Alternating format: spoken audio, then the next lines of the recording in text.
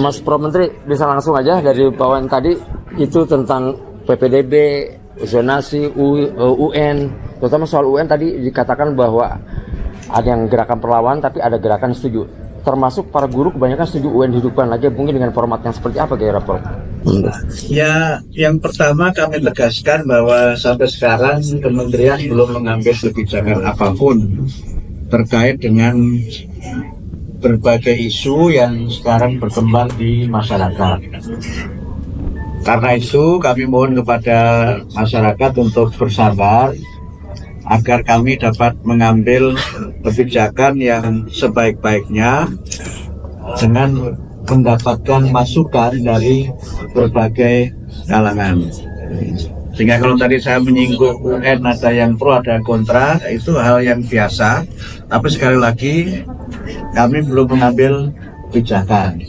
Mungkin kalau saya boleh pakai istilah yang agak populer itu, semua masih sebatas omong-omong.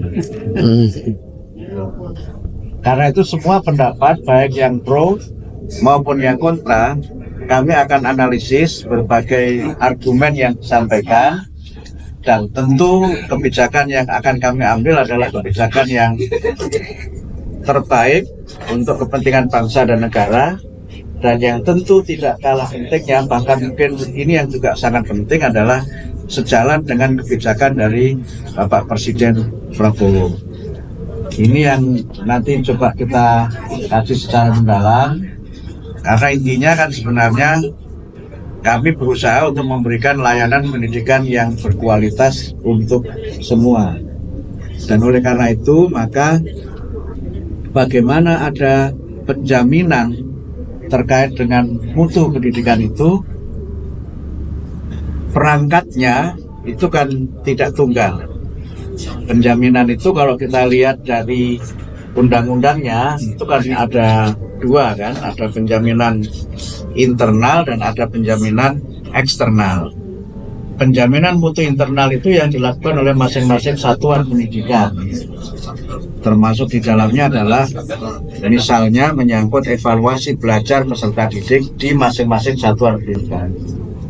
Nah, penjaminan eksternal itu penjaminan yang dilakukan oleh institusi-institusi penjaminan mutu. Misalnya akreditasi itu kan penjaminan mutu eksternal.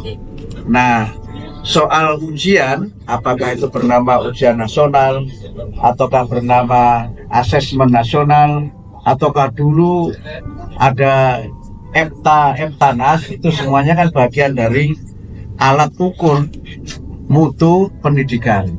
Sehingga karena itu semangat dari penyusunan berbagai macam kebijakan itu adalah untuk penjaminan mutu pendidikan baik eksternal maupun internal. Terkait ujian nasional, Menteri Pendidikan Dasar dan Menengah Abdul Mukti memperlihatkan sikap bijak dalam menyikapi ujian nasional. Beliau sangat berhati-hati dalam membuat keputusan terkait pengembalian kebijakan ujian nasional UN di jenjang pendidikan dasar hingga menengah atas. Karena ujian nasional sangat pro dan kontra, dan beliau mengatakan hal seperti ini sangatlah wajar. Kesimpulannya, beliau akan lebih mengkaji dengan para pakar mengenai alat ukur mutu pendidikan di Indonesia ke depannya. Yang jelas, beliau menegaskan bahwa kementerian akan terus berupaya menghadirkan sistem evaluasi yang adil, transparan, dan mampu meningkatkan kualitas pendidikan di Indonesia. Prof, soal anggaran kemarin kan rapat di DPR ya Prof, ini apakah Kemendikbud akan menambah anggaran yang dikasih? Kemarin sudah ada yang disepakati oleh DPR. Anggaran yang kita usulkan sesuai dengan PABU sudah disetujui, tetapi kami memang masih mengusulkan dalam jumlah tertentu untuk bisa ada penambahan. Tapi yang penambahan itu tentu harus kita bicarakan lagi dengan Kementerian Keuangan dan juga nanti harus kita bicarakan lagi dengan DPR. Untuk penambahan anggarannya nanti untuk apa sih? Oh, agak banyak ya. Saya tidak hafal, tapi yang jelas memang itu berkaitan dengan peningkatan mutu pendidikan dan berbagai kebijakan yang bersifat afirmatif bersifat afirmatif. Kesimpulan terkait anggaran Menteri Pendidikan Dasar dan Menengah Mendikdasmen Abdul Mukti mengungkapkan bahwa anggaran pendidikan untuk tahun depan telah disetujui oleh DPR RI sesuai dengan pagu anggaran yang diajukan. Namun, Kemendikdasmen masih mengusulkan penambahan anggaran dalam jumlah tertentu guna mendukung program-program peningkatan mutu pendidikan. Usulan tambahan anggaran itu menurut beliau adalah untuk memastikan bahwa setiap anak Indonesia memiliki akses ke pendidikan berkualitas. Penambahan anggaran yang diusulkan diharapkan bisa mendukung kebijakan afirmatif yang dirancang Kemendikdasmen. Mas Menteri, soal P3K tadi bagaimana?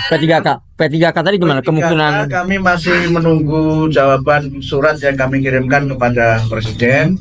Tapi aspirasi yang kami terima dari banyak sekali organisasi, baik organisasi profesi maupun ormas-ormas yang menyelenggarakan pendidikan, saya kira 100% ya, 100% yang swasta itu, apalagi Muhammadiyah ya. enggak, Muhammadiyah salah satunya, itu meminta supaya guru-guru P3K itu dapat ditugaskan di sekolah-sekolah swasta. Kabar baik bagi sekolah swasta bahwasannya guru P3K sedang diusulkan untuk dapat mengajar atau bertugas di sekolah swasta. Hampir 100% sekolah swasta meminta bahwasannya guru P3K bisa mengajar di sekolah asalnya. Hal ini memberikan angin segar kepada semua guru, bisa meningkatkan pendapatan dan kesejahteraannya melalui ikut serta mengikuti seleksi guru P3K dan tanpa meninggalkan sekolah asalnya yang telah membina menjadi guru sampai jadi pengajar yang profesional. Langkah yang dilakukan beliau, saya sangat mengapresiasi sekali. Beliau sangat mendengar keluhan sekolah swasta yang banyak kehilangan guru seniornya akibat mengikuti seleksi menjadi guru P3K. Selain itu juga bagi guru swasta yang mempunyai komitmen dengan lembaga pendidikan atau yayasan yang tadinya tidak akan mengikuti seleksi guru P3K, kemungkinan besar lembaga tersebut bisa mengizinkan untuk mengikuti seleksi P3K. Dan sangat terbantu meningkatkan kesejahteraan guru tersebut.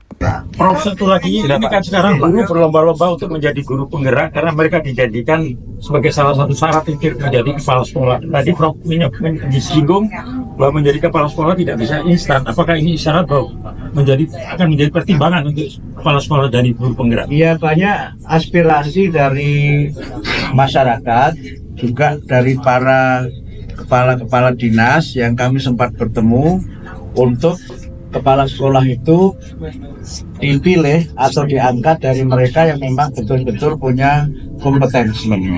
Mereka mengikuti dan mengalami berbagai proses untuk menjadi kepala sekolah.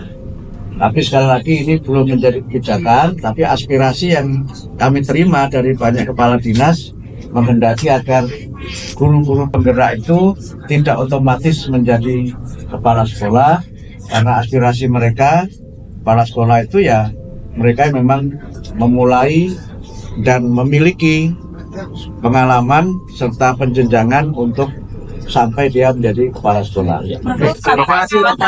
Tapi belum ini ya, tapi kami belum mengambil kebijakan ya. Ini masih aspirasi yang kami terima dari masyarakat. Kebijakannya nanti sampai betul-betul ada peraturan menteri yang mengatur. Di akhir perbincangannya, beliau mengatakan mudah-mudahan aspirasi masyarakat dari bawah memberikan gambaran untuk mengambil kebijakan di kementerian dan tunggu saja hasil akhirnya. Mudah-mudahan semua kebijakan Kementerian Dikdasmen mampu membawa kemaslahatan umat dan pendidikan di Indonesia. Amin ya Rabbal Alamin.